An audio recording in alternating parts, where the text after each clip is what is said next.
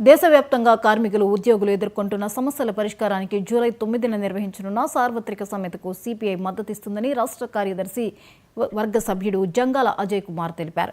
మోదీ ప్రభుత్వం మూడోసారి అధికారంలోకి వచ్చాక దేశ ఆర్థిక వ్యవస్థ మరింత పతనమవుతోందని విమర్శించారు. దేశ సంపదను కార్పొరేట్ శక్తులకు అప్పగిస్తూ సామాన్యులకు గడ్డు పరిస్థితులు సృష్టిస్తున్నారని ఆరోపించారు.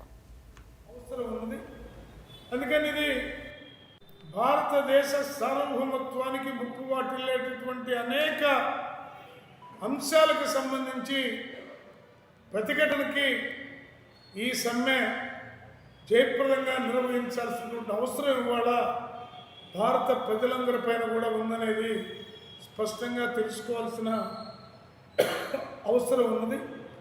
అందుకని ఇది దేశం కోసం, దేశ ప్రగతి కోసం జరిగేటటువంటి సమ్మెగా దీన్ని చూడాలని ప్రజలందరూ కూడా విజ్ఞప్తి చేస్తూ ఉన్నాం.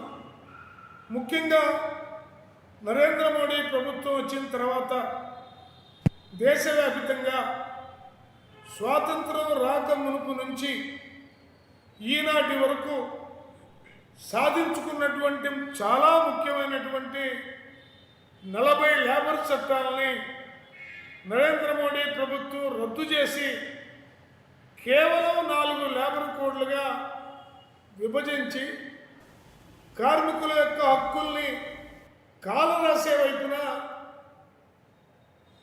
జరుగుతున్నటువంటి తీరుని ప్రతిఘటించేదే